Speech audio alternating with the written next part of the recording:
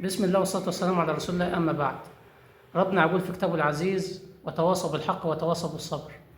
والنبي صلى الله عليه وسلم يقول في حديث الشريف: الدين النصيحة.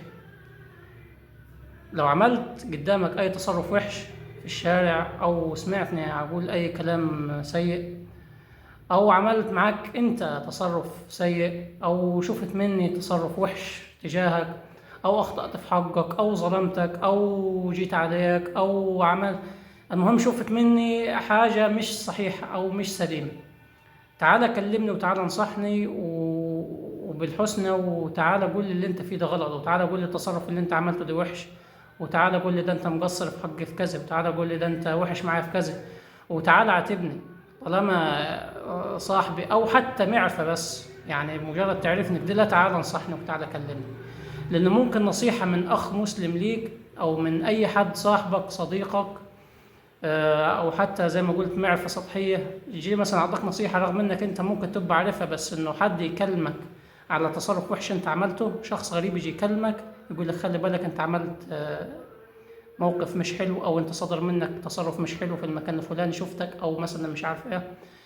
ده هيحسسني بالمسؤولية، وهيحسسني بالخجل برضه، وهيأثر فيا بالإيجاب إن أنا ما أعملش التصرف ده تاني. او حتى لو انت شخص مثلا صاحبي او صديقي او قريبي، انا مقصر معاك في اي حاجه، وكلمت وقلت لي ده انت مقصر معايا في كذا، ده انت مش عذور، ده انت وحش معايا في تصرفاتك، ده انا مثلا كلمتك في يوم وانت مش عارف ايه.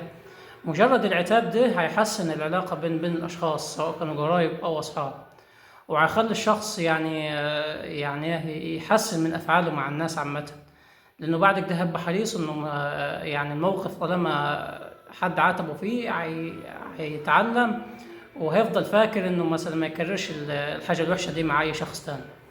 فيا اخواننا، العتاب كويس، والعتاب حاجه حلوه خالص، هتحسن العلاقه بين الاشخاص وبين الاصحاب وبين القرايب وبين حتى الناس اللي قلنا في بينهم وبين بعض معرفه سطحيه، وهتخلي المجتمع مجتمع سليم، ومحدش يشيل من حد. يعني مثلا ما ازعلش انا من شخص، او احس انه قصر معايا في موضوع، ما دام ما عتبتوش هشيل منه، وصدري هيتعبى من ناحيته، هفضل اشيل منه لحد ما اكرهه، ممكن يبقى عدوي بعد ما كان صديقي او معرفة كويس.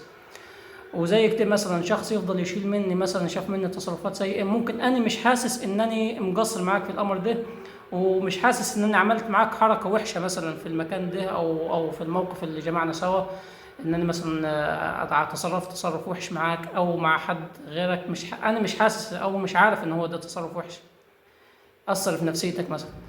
فاول ما تكلمني لا هعرف واخد بالي ومش عارف، ممكن اقول لك حقك عليه والنفوس تصافى. لا، انت مثلا هتشوف مني تصرف وحش ورا التاني ورا التالت، وتشيل في نفسك ومن غير ما تكلمني، فانت كده هتيجي في يوم وتكرهني وتشوفني عدوك زي ما قلت.